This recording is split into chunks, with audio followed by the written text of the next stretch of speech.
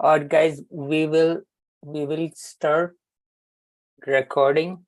So welcome to CIS 55. We'll get right into the content of today's class. You will find the recording of the lecture on the link here, cyberdefendersprogram.com/CIS 55. For anyone who wants to audit and not take this class for pass, fail, or grade, can get slides and recording here. The slides and recording will be posted after every class, as well as in your Canvas. I will share links of your recordings, labs, and quizzes. Sweet. All right. As I sort of mentioned, there is, there is thousands of cybersecurity jobs available. But that doesn't mean that you can take a course like this and be out there trying to make a run for these jobs. Cybersecurity industry does require people coming in to be skilled. The bar for entry is high. That's also the reason why there are so many jobs which are open. So the important part in your learning journey is to actually get real skills and demonstrate that you have real skills, and that will help you land a job. Okay, so with that in mind, in InfoSec, which is other term for cybersecurity, as an InfoSec professional, you should be aware that there are different types of malicious individuals. So how many of you guys know what a black hat hacker is?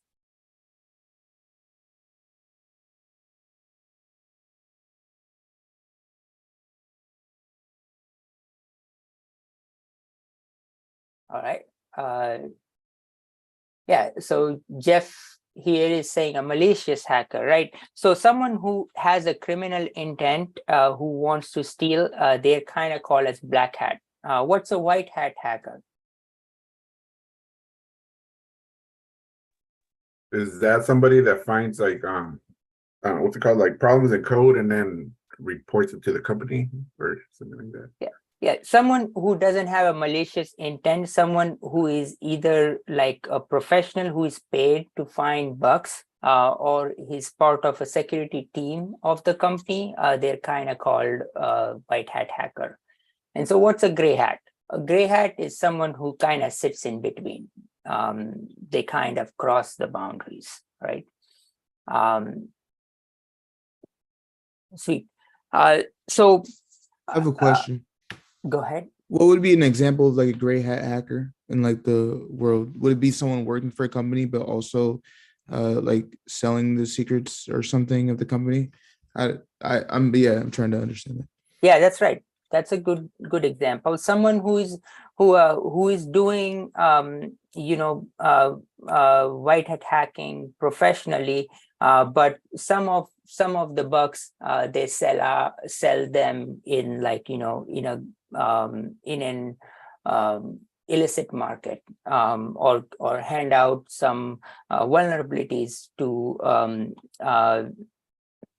a criminal organization. So they are kind of like and that in exchange for money or something else, right?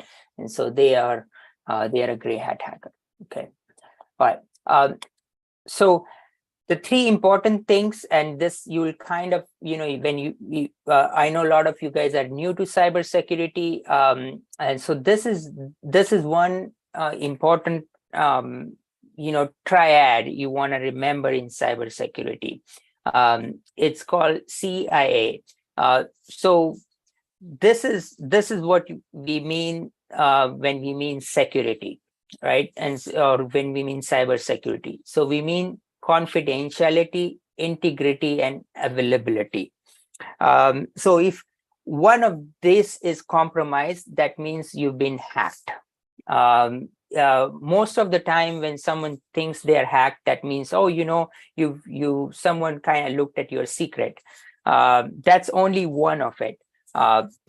but if someone kind of planted something wrong information in your organization, or someone just made your organization services unavailable to people, that's also a security compromise. So security is not just secrets, but it's also integrity, which is like, where the data came from, and availability means like the services of the organization are available to everyone else. So CIA is the term you want to remember. Can someone tell me what integrity means to you?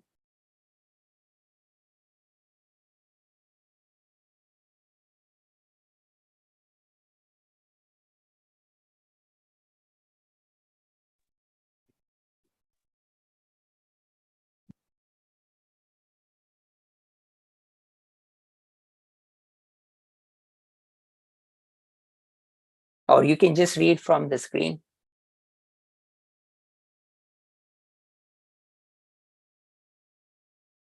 So Christine is saying, messages, a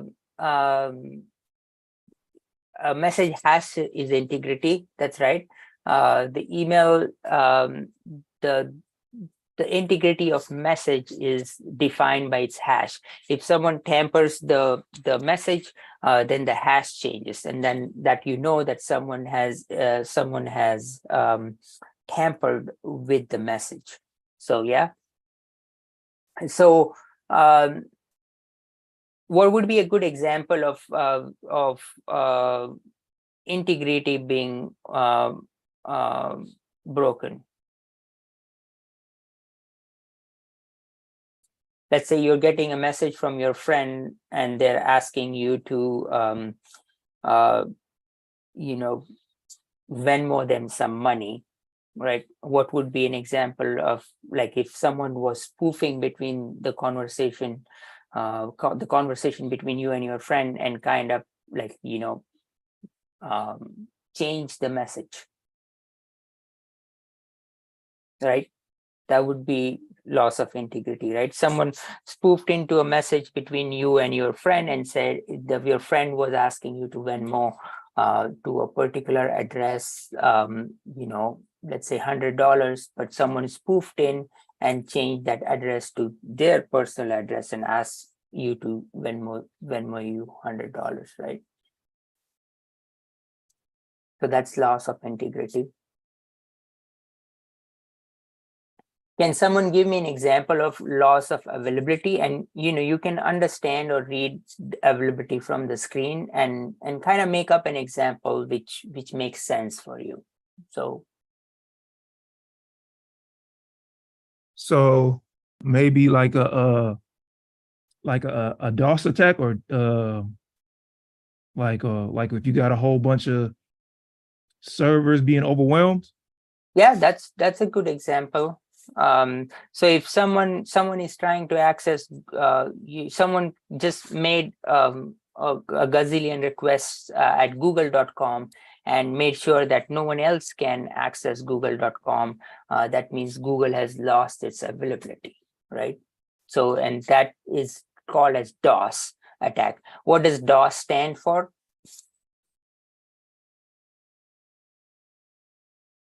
Denial of service. Oh, that's right. Yeah, that's right. So DOS stands for denial of service. So so that's also a compromise of the system, right? Like, so if someone cannot access the system, right,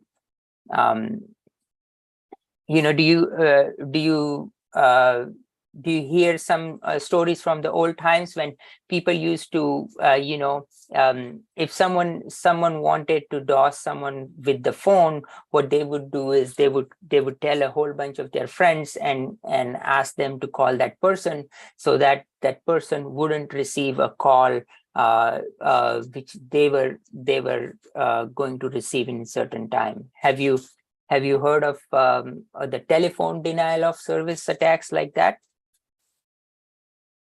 No. Yeah, so that used to happen. So if let's say your parents were about to know something bad you did, So what you would do is you would have a bunch of your friends call your parents so that, like, your school wouldn't be able to reach your parents.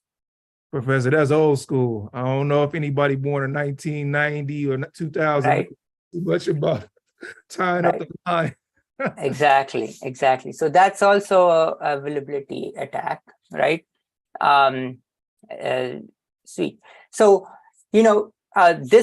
this triad will come in different contexts as you kind of learn more about cybersecurity, but it's fundamental to cybersecurity. That's what we mean when we say, security is compromised. We mean either confidentiality, either integrity, or availability, or all three of them, right? So if either of them is kind of compromised, that means there is a cybersecurity problem. Okay. So this triad is fundamental. Keep that in mind. Okay. Let's talk about the term penetration testing.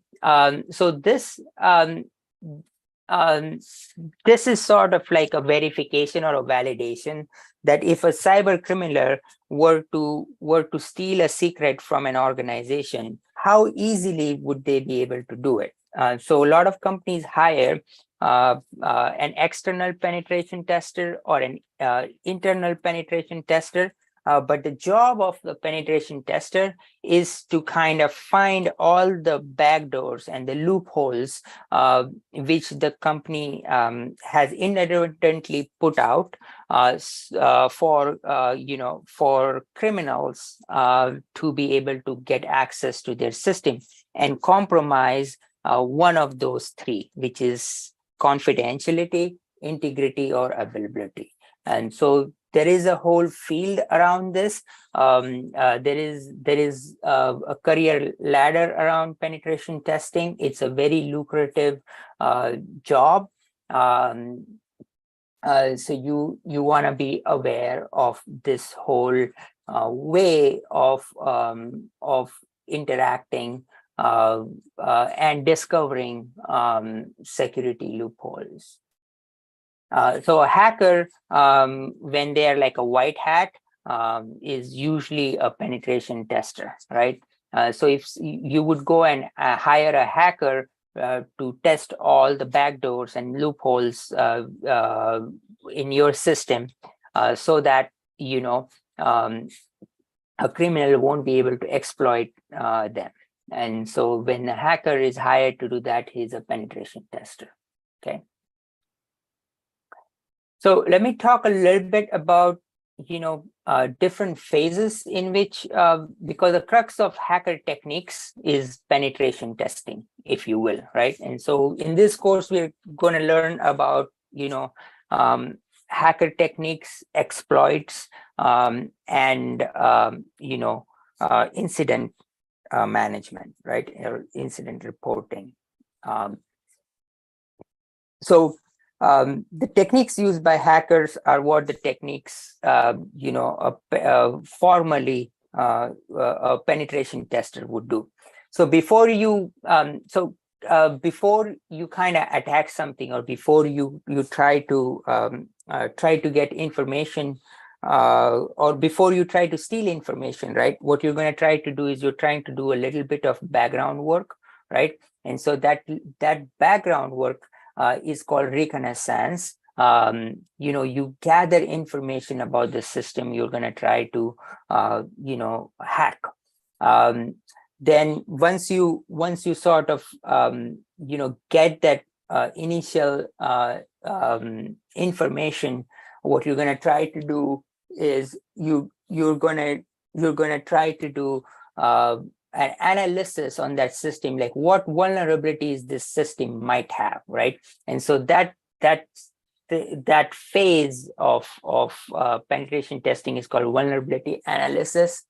There are different types of attacks which you would kind of launch on the company based on the vulnerabilities. You could possibly do like a password attack.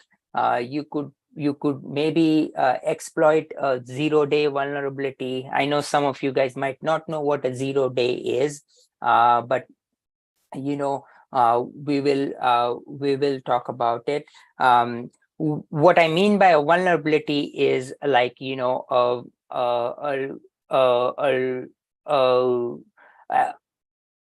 a bug in the system, or a loophole in the system, or a backdoor in the system, which could be exploited by a hacker. So let's say, you know, you were running a Word application, and there is a vulnerability, you know, that, you know, if someone has some code attached, or someone had a bug attached to a Word file, then that program is going to execute it. So this malicious Word file can, you know, inadvertently steal passwords from that machine. So that's in a software sense. In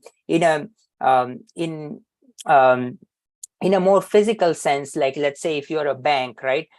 So if you know that, you know, the safe in your bank has a special combination which is only known to the lock maker. Let's say, you know, 1200 is this special combination which was only known to the lock maker, and then once you kind of do that combination, you can open the safe. So now that's a vulnerability of that lock system or that safe, right? And so for some reason, if that gets stolen from the lock maker, then like every bank which has that safe installed now has a vulnerability, right?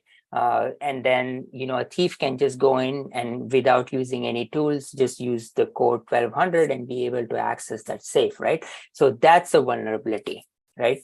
And so once a vulnerability is known, so there is such a thing in software. There is like known vulnerabilities, and we'll talk about them.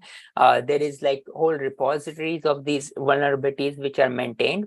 And so what hackers do is they kind of look for these vulnerabilities in your system. And once they know that your system is vulnerable, like, you know, it probably had a backdoor like that 1200 code on the safe, then they're going to try to use it. And so when they try to use that, it's called an attack. And so some people, and this is what on the defense side of the system, what you would do is you would keep track of that. As soon as you know that, oh, you know, such a thing was leaked out, someone knows about this backdoor, then what you're going to do is you're going to probably install another system in front of your safe, which has a different security mechanism.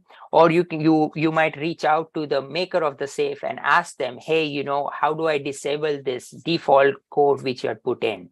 Right. And so if you are ahead of the criminals, that's what you would do on the defense side, and make sure in your bank you fix that, right? And so that's but some banks might not fix it, right? And so that's what hackers do. They kind of, you know, look for these vulnerabilities, and then they try on targets, and if one of them works, then they know, okay, yeah, great, like now this works. And so once that works, there is like a whole level of things which hackers would do.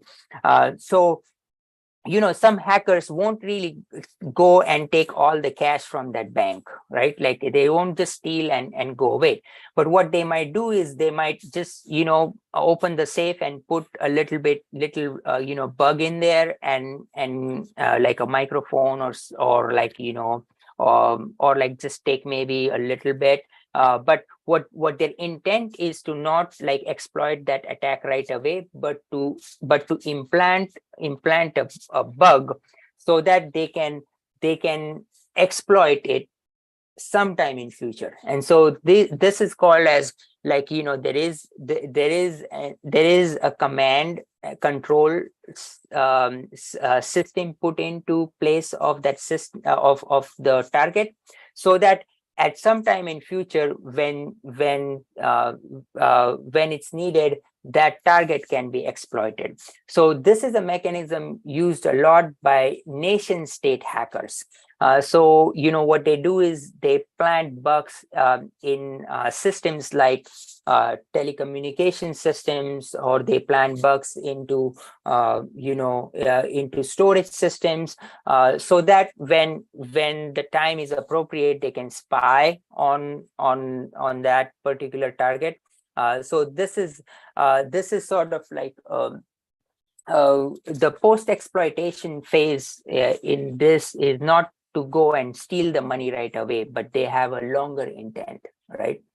And so once that sort of is established, what was the intent here, then usually a penetration tester, what they do is they create a comprehensive report for the organization summarizing the details of what they found, right?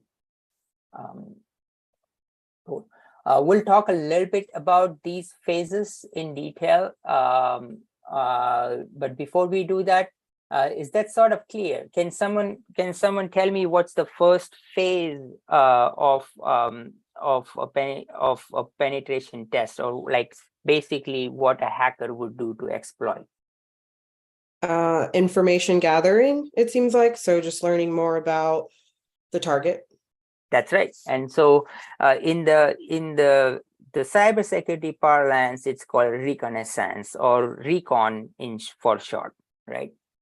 And so what in this gathering phase they would do is, like, in cybersecurity, they would gather things like IP addresses, what your systems you use, what type of systems you use, whether you run Windows or whether you run Linux, so you will spend a fair bit of time trying to figure out what is it that you are doing and what types of systems you're using. And so this phase, the information gathering phase, is called reconnaissance or recon. Okay. What's the second phase, where you're trying to figure out the vulnerabilities, or what type of bugs or loopholes or backdoors this system might have?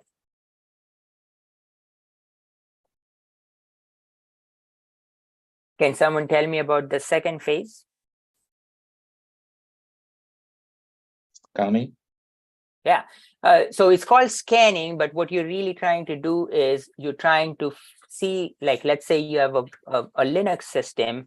How old was the Linux system? Is it like, it has a older version of Linux installed, and it doesn't have all the security patches for a newer version of Linux, right? Or if it's a Windows system, same thing, whether, it looks like they're running Windows XP, which is like a really old Windows and not like Windows 10 or 11. And so XP has a lot of, security loopholes already known, right?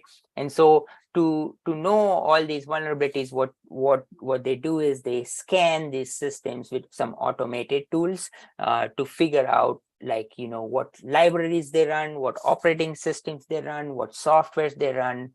So just in general, that phase is called scanning, because you're trying to use these automated tools to look for vulnerabilities. And so what's the third phase? Once you know what the loopholes or the bugs are available on the system, You attack. that's right. And so you're going to exploit. And so this phase is usually called, exploitation. And in that, what you're going to do is you're going to use those vulnerabilities to actually get into the system. You might use a known bug in Windows XP and kind of try to become the administrator on that Windows machine, right? Or you would do the same with Linux as well. So that is called actual exploit. And there is usually another phase after this, which is called post-exploitation. And that's the phase in which you kind of decide what you want to steal, right? Whether or how far you want to you go, right? You're going to maybe plant something in there and just kind of come out, or you might exfiltrate, which is like take out a whole bunch of data from that organization. What you do after you kind of are through the gate, if you will, is post exploitation, and that really depends on what type of hacker and what type of intent, or what kind of intent you went in there with, right? And so, but that post exploitation is what a hacker does. A penetration tester won't really do much. Their only goal is to actually, figure out all the open doors and then document them. So for a penetration tester, ideally the next phase, what they would do is they would kind of, create a detailed report. They would do a risk analysis. They would say, hey, your front door is secure, but you know what? You forgot to have a lock on your back door, right? So things like that. And then they would also say, hey, look, you've got a really, really amazing safe, which can withstand all these attacks, but the walls around these phase of safe are really weak, and someone can just punch a hole through the wall and just steal the whole safe.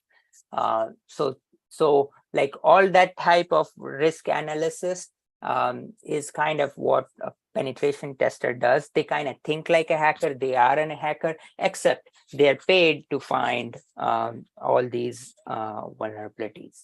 Okay. And so once they do the risk analysis, they create a report, right? And in that report, there is like a itemized list of all the loopholes you have in the system. Okay.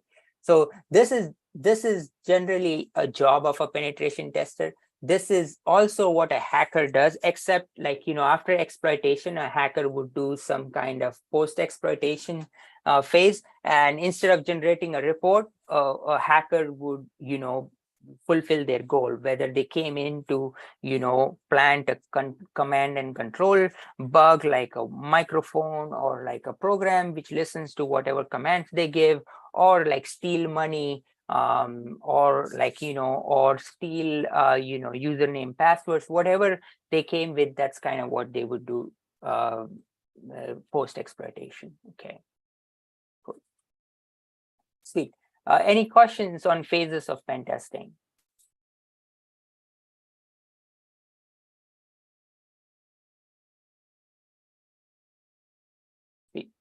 I mean, I had a question. So during the scanning phase, like between the scanning phase and the attack phase, does the hacker use like certain tools to like learn about like new exploits and like new vulnerabilities based on their finding during the research phase? Does that make sense? Like what, like, because attacks and vulnerabilities are always updating. So it's like, how do they stay, at what point are they staying updated on what's new, Yeah, so, I kind of, we outlined a system like as phases, right? Like, it's not that, cut and dry that, you don't go to the first phase after you go to the second phase. It's in general, like, steps you would do, like, you're constantly going back and forth. Like, if you kind of go into exploitation and you figure out, oh, I'm able to get into this system, but for some reason I'm blocked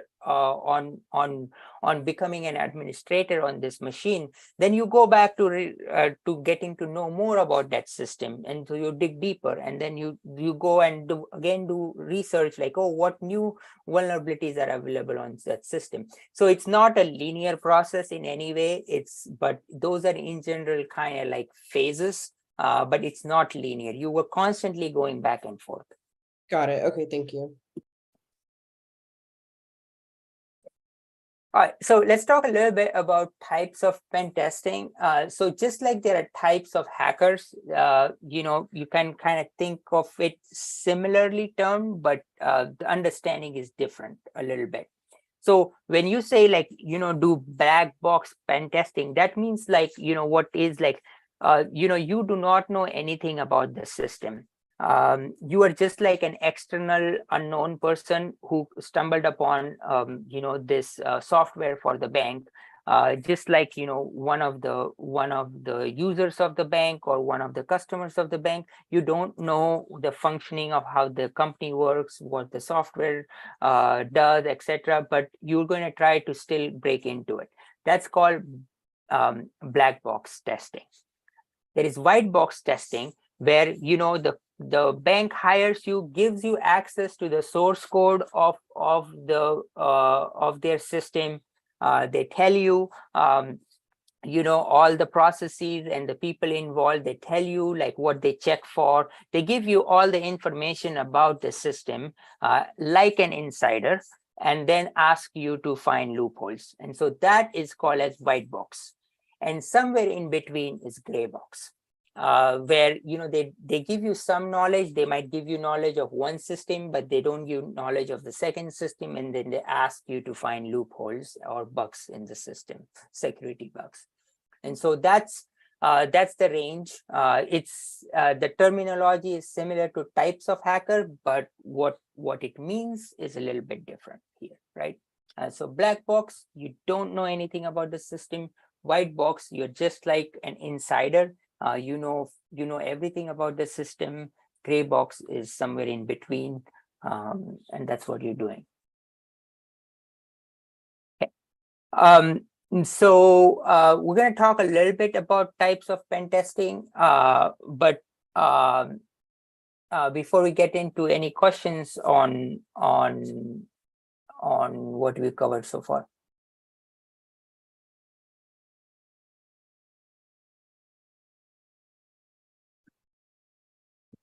How long it should take someone to know the system?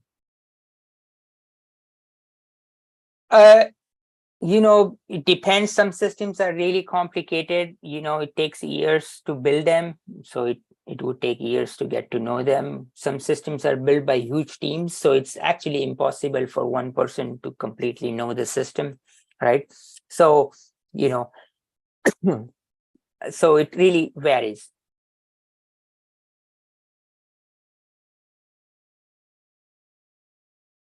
Okay. Cool. Any other questions? Sorry, perhaps we'll go over this, but what is the difference between black box testing and blind penetration testing, if there is one? Yeah, so they're different. We'll talk about it.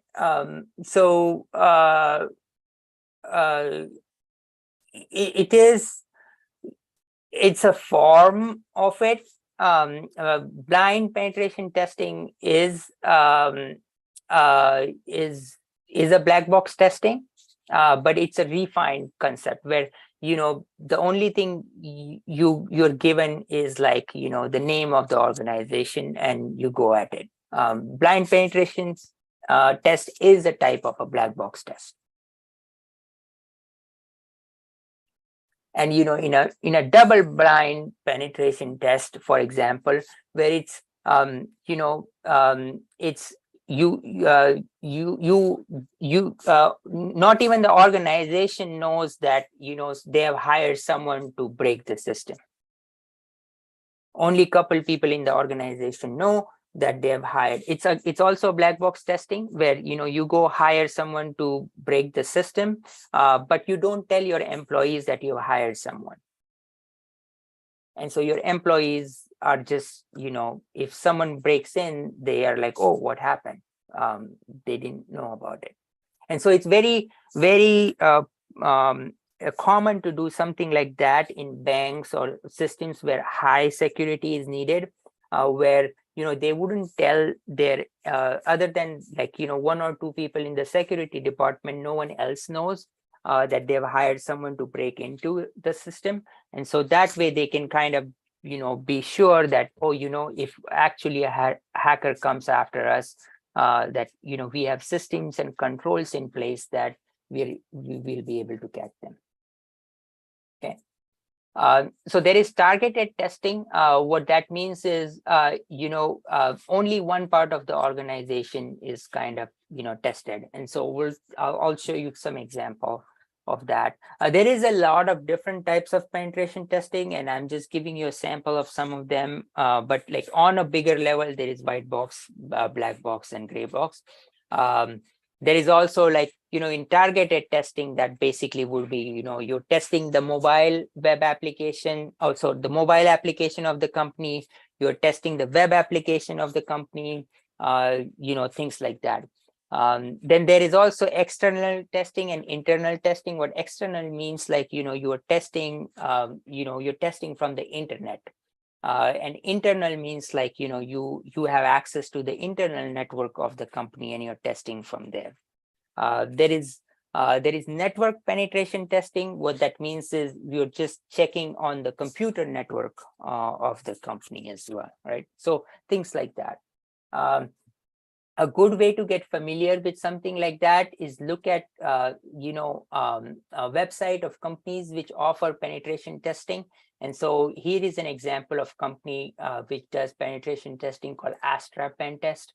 And here, if you kind of look at their pen test types, you will see like, oh, they do web app pen test, they do cloud security pen test, they do mobile app pen test, and they do API pen test. So, these are all types of targeted pen tests, right? And so these are targeted pen tests, whether you're going to look at their infrastructure, their mobile app, their API, or like their, the whole web app, things like that. And so, you can kind of click on each one of these and get an idea of like what those mean. So, this by very nature, security is a very fast moving, evolving field.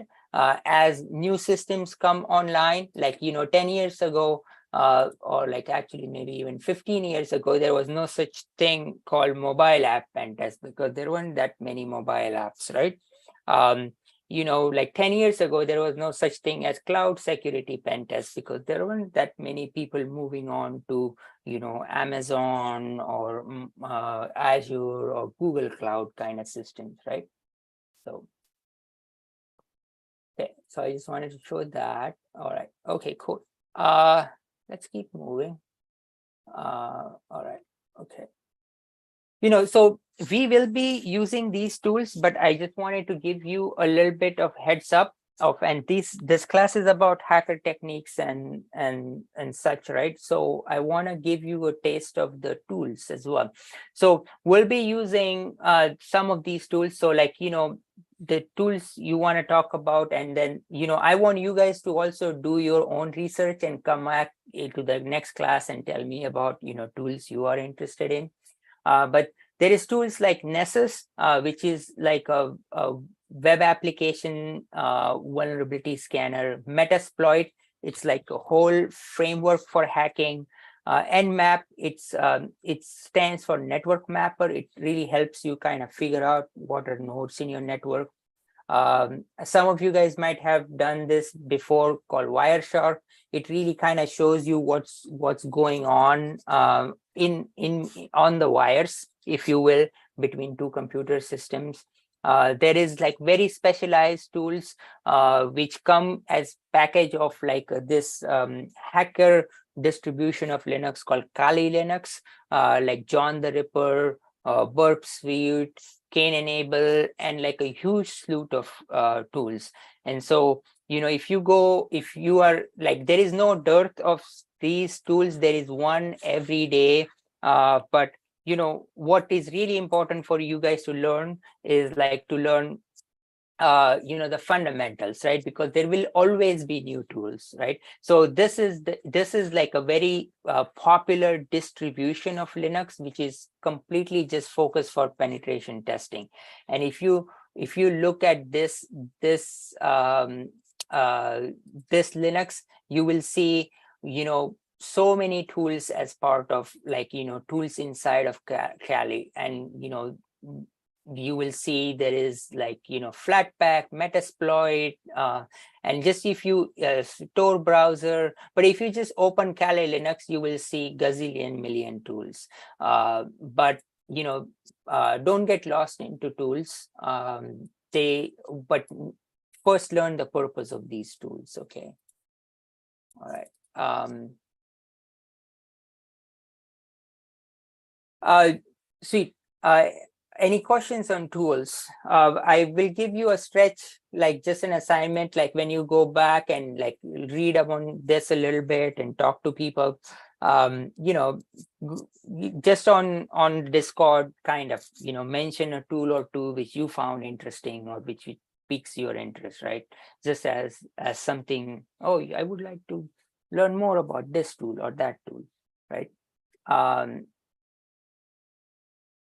So a lot of these tools are part of Kali Linux, but you know, Kali Linux is just one distribution of you know, an offensive distribution of Linux. There is a lot others, and like really the tools, like the most powerful tools are the tools which, you know, which get newly made, right? Because they're made for a specific purpose. So yes, there is a lot of these tools in Kali, but it's not complete. Okay. So let's talk a little bit about hackers, right? And so you know, we just kind of categorize them, like, you know, and I gave you a little bit of a hint on when I said, like, you know, nation state hackers. So, you know, garden variety hackers are just like, you know, people who accidentally kind of, you know, got into, like, you know, stealing something or misusing some computer system. You can kind of think of that as like, you know, someone you know, who watched over a friend, type their password and then use their password to kind of, like, you know, do some mischief. A hacktivist is a hacker whose purpose is activism. So very many times you will kind of see sometimes, like, you know, environmental groups, you know, have these hacktivists who go and, you know, deface or take down websites of like a oil company or something like that, and put up a more activism message on their website. And so they have a specific agenda. It's not just like environmental, but it also could be, you know, ideology driven. It could be ethnicity driven. But end of day, what these hackers are doing is they're not stealing money or they're not stealing secrets, but they're trying to have their cause heard. Okay, so they're called hacktivists. Script kiddies are people who don't really understand the basics of hacking that well, but they know, they kind of follow a recipe of some other hackers, and they try to, you know, use a known recipe to exploit something without understanding. So very many times people who get caught are people who are script kiddies, because they don't really do a thorough homework. They're not very familiar, they're not as professional about, like, you know, covering their tracks and like understanding systems. They're just following someone's you know, half-baked recipe to do something. So these people are called script kiddies.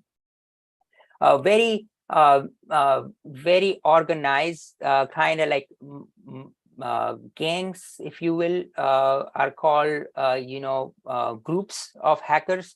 They are professional hackers. They are well organized. A good example of those is like ransomware groups, and what they're after is money. And so ransomware is like, they're going to ask you money in exchange of your data, right? And so can someone tell me what APT stand for?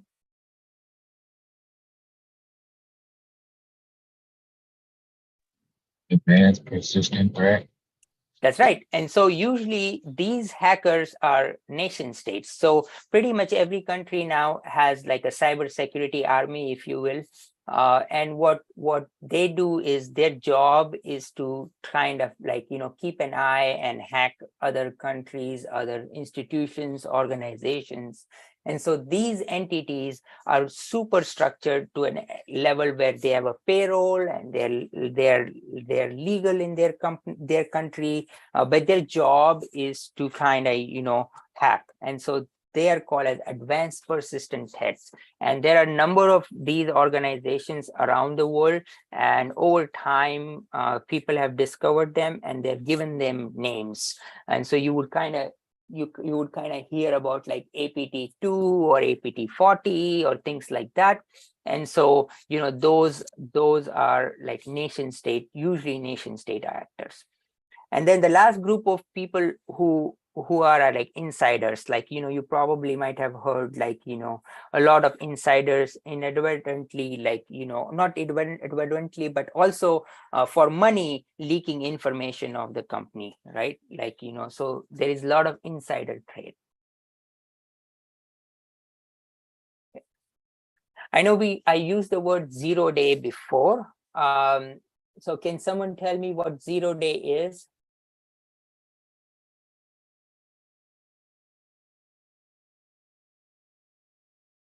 I think it's a vulnerability that wasn't known about before. It's something that the hacker figured out and maybe isn't known right away by the organization. That's right. So, no system is like perfect, right? Like, because no software system just by nature of it is going to be like, having no bugs or issues. But if there is a bug which the company which made the software or the system didn't know about, it's called a 0 day.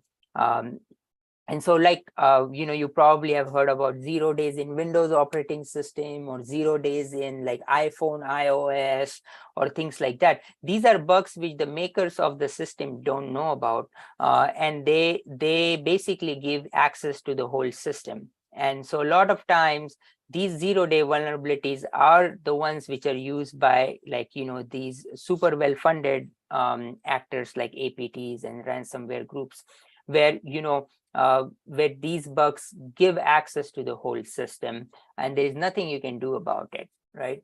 Because they are just not known. So there is like a huge underground market for it. I recommend reading the book. This is how they tell me the world ends.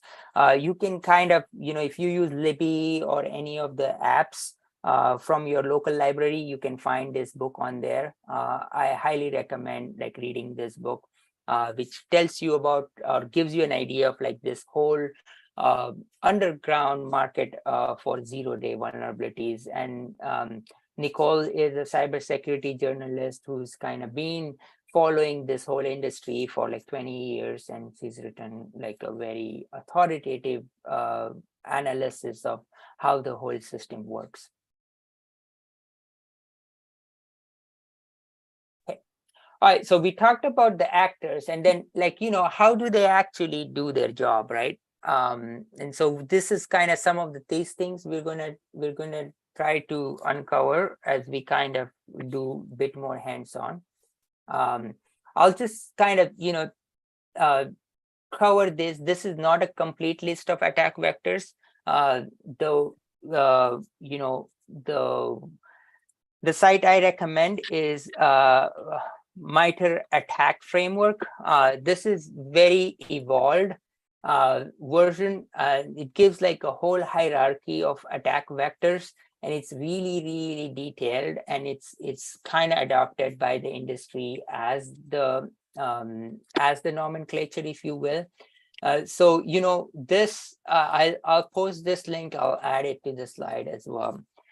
So this is like a little bit more authoritative version of like attack vectors, if you will. But typically for like a beginner, you will get lost in it, right? And so I'll just cover a few things here, and then you can kind of like, you will see these phases we talked about. They usually break them down a lot more, right? Like, this is how attacks happen. This, when you kind of do the exploit, there is like all these things you could be doing. This is great to kind of browse at, look at it, but come back to over and over again, right? Like, and so you you can kind of build your knowledge. This is if you were to go to like one recipe book of like, oh, what are all these attack things, what weapons I can use to kind of do my job, it's this. But at the same time, it's very, very evolved. Okay. So let me kind of simplify and talk about a few of these. Okay. Social engineering. And so this is the most common you will see, like, how hackers are nowadays stealing things is, they would kind of call you and say, hey, I want to send you like, $1,000, but I send you that code. Can you send me back that code? And so typically what they're just trying to do, this is a social engineering attack. What they're trying to do is they're trying to get your, one-time password or your second factor auth code. And what they're going to do is they're going to use that code to either, transfer all your Bitcoin, or they're going to use that code to like, change your email address, or, access your bank or something like that. So that's what they kind of make up, is they make up like a story. And usually what they have is like a sense of urgency, like, hey, you have to do it. And they will have a very strong motivation. Either, your relative is sick, or they're trying to give you money or such. So these type of things doesn't have anything technical going on, other than, they're trying to kind of make a very crafty story to steal something from you. And that's called social engineering. There is brute force attacks, and these are like very much people kind of like, people spying to get like passwords, right? Or like people get like a list of passwords possible for a user and try them all out. And so these are kind of brute force.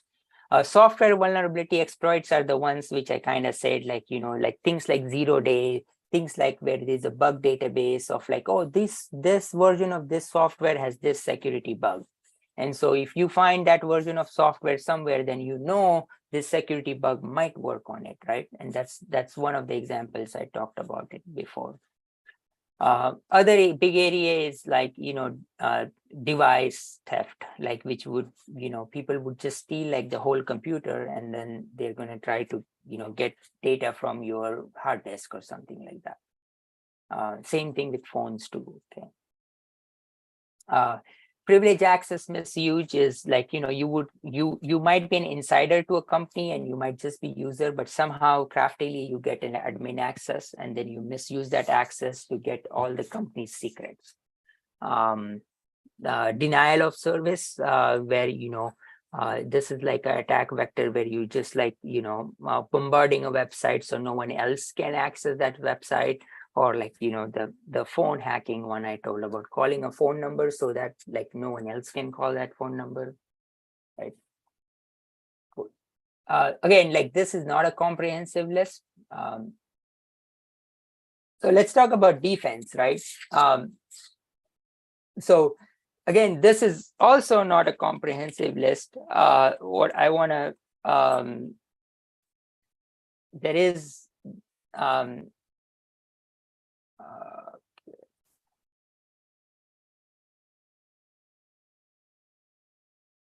so the one I usually like is like the defenses of Security Onion. And so I'm just gonna, they've recently made a public company out of it. So, or sorry, a private company out of it.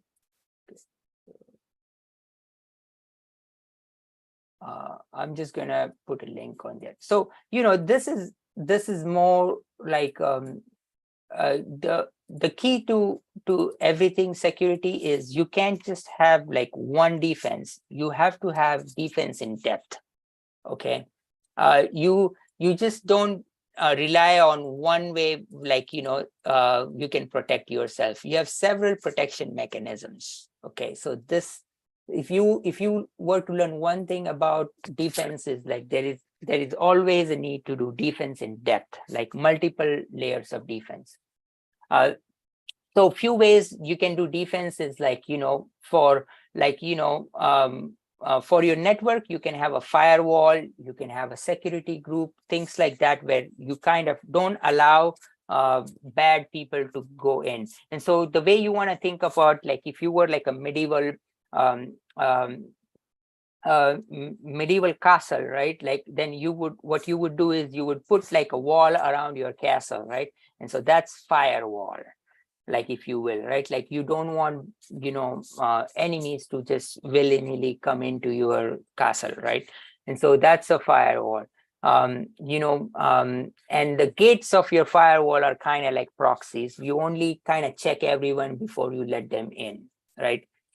Network malware prevention or malware prevention is like, if someone is inside your castle, you still have your people roaming around the castle and looking for like, bad, or looking for criminals, right? You not only check them at gate, but you also have, your police running around, or some security running around in your castle to look for bad actors. And then finally is your army or your defense force, which is intrusion detection and prevention, where you kind of see someone did like a stabbing, right? You immediately have like a group of people go there and apprehend that person to prevent any further harm. And so that like as soon as you kind of detect something bad going, you address it, right?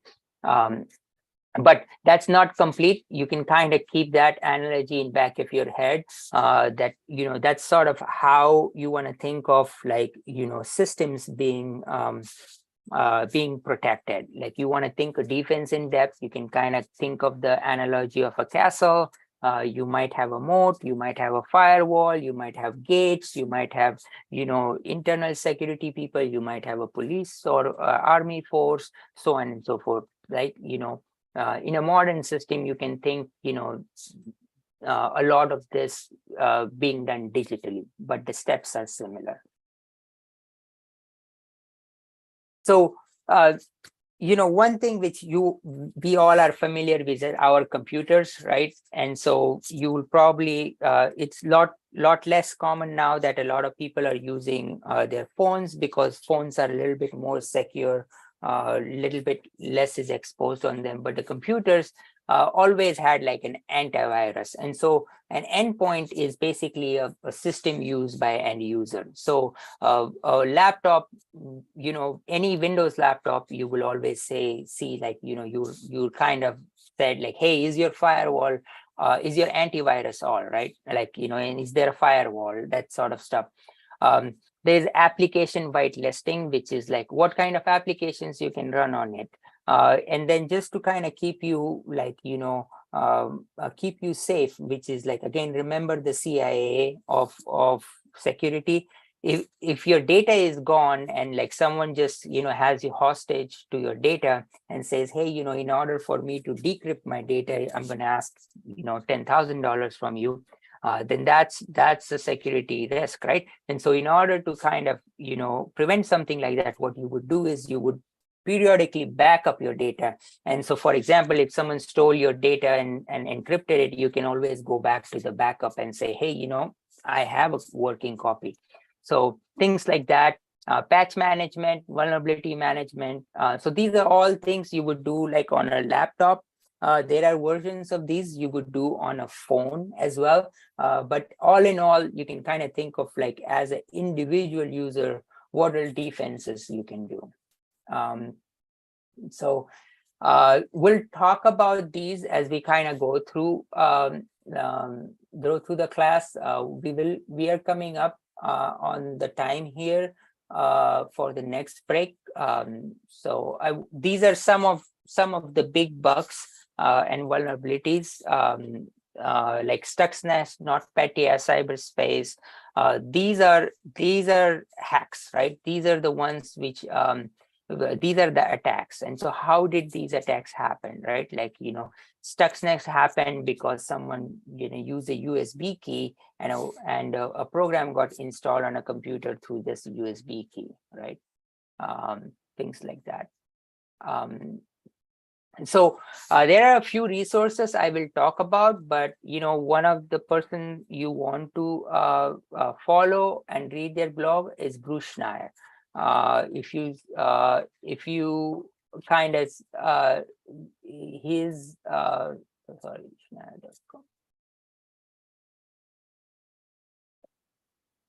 so he has a really good blog where he technically explains a lot of these bugs. And so I recommend, like,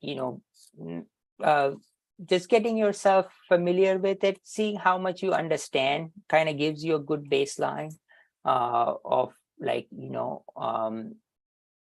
of that. And so let me see what is the most recent thing he posted.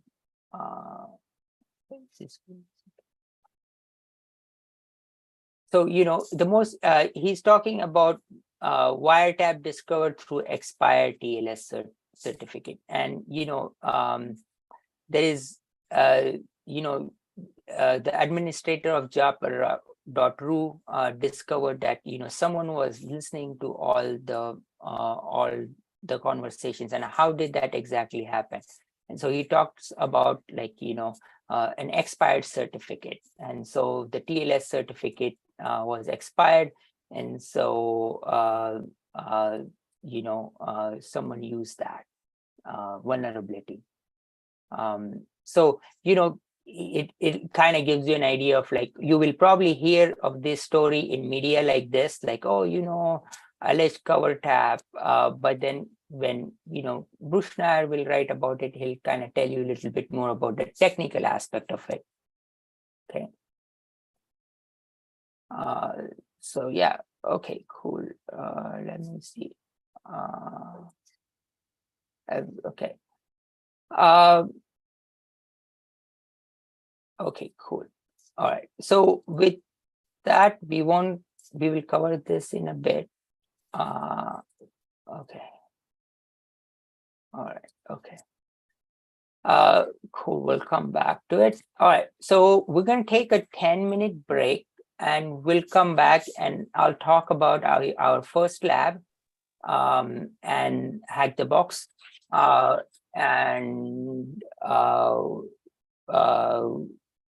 If you have any questions, prepare those. I'll answer them as well. Okay. So let's take a break and we'll come back in 10 minutes. Okay.